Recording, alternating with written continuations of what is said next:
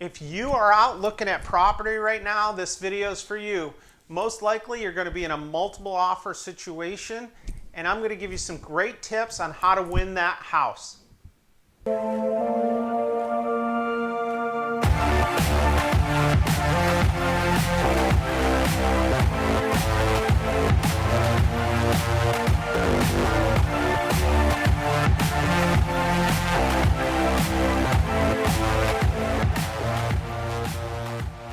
Hey guys, it's Matt Allen here with the Allen team. Today's topic, we're talking about multiple offers. And if you're in the market today, you may very well have to contend with that.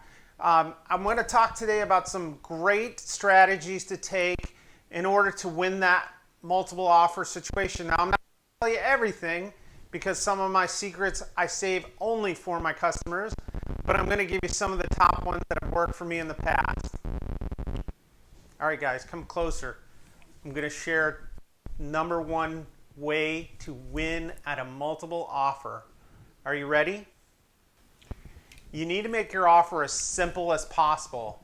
That means getting it to the bare bones of what you're looking for: purchase price, a short closing date, a short financing contingency period. And if any of that sounds like foreign language to you, let me know. I can explain it more in the comments below. But that's going to be your key, is to make it as simple as possible. That's not only going to be simple for the seller, but also for the listing agent, so he could say, or she can say, this is the straight offer of purchase price. We're going to close in 30 days.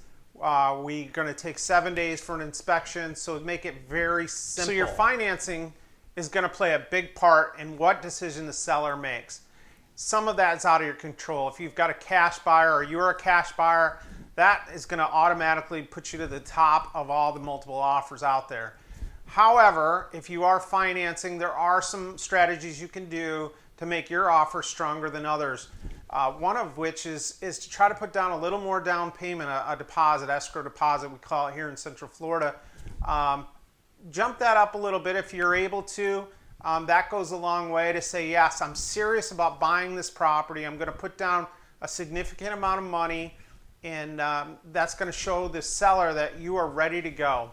Get creative with your contract offer. What I mean by that is not to complicate. Complicate is something completely different. Getting creative is something that keeps the contract simple, but also is accommodating the seller. Let's use, for example, the closing date. You're flexible in closing date, but you have to put a closing date on the contract. But you can let the listing agent know, or the seller, if you're working direct with the seller, that you're flexible in that to accommodate them. That goes a long way with the seller. If they're sitting there with 3 offers in front of them and they're very similar in offer price, but only yours is flexible with a closing date, that's for sure going to be more preferential to them. So keep that in mind. Take your time with the offers. I know a lot of agents try to rush with multiple offer situation to get your offer in first. It really doesn't make a difference. Take your time, do your homework, let your agent do their homework, and make sure you're offering a creative, simple offer that's got the best chance of being selected.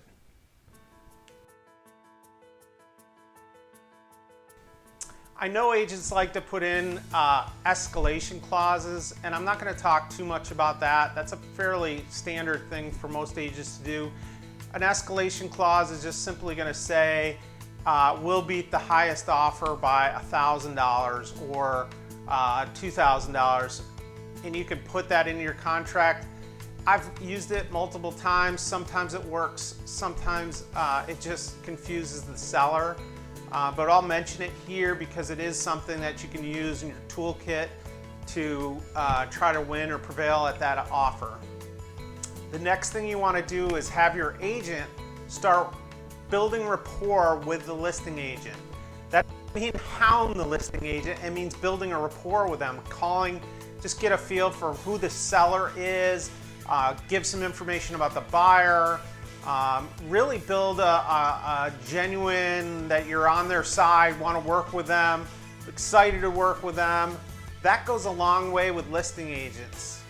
All right, so one of the last ones I want to talk about today is one of my favorites. I know a lot of buyers don't like to do it, but I think it is powerful. It does send a good message to the seller, and that's writing that personal note, describing why you want to buy the house, what things you like about the house, tell a little bit about your family or you personally, depending on the situation.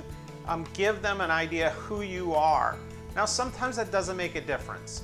Seller is just looking for the best terms, price, and is not really concerned with that. Sometimes listing agents don't even present that, but it's at least something you can put in your arsenal to try to put you one up on somebody else in the process. And that's really what we're trying to do, is get you to get the property. So that personal note to include.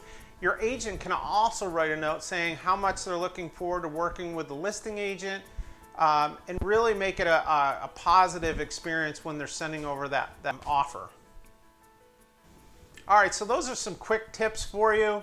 Hope they're helpful for you. If you like this video, like it, subscribe to it, comment below. I want to get some more comments below, so if you have questions or you don't agree with what I'm saying, or if you do agree, I'd prefer you to agree, but if you have comments, drop them in below. I'm trying to grow my channel, so pass this along to anybody you think it might be helpful for. And I appreciate your time. Enjoy the rest of your day.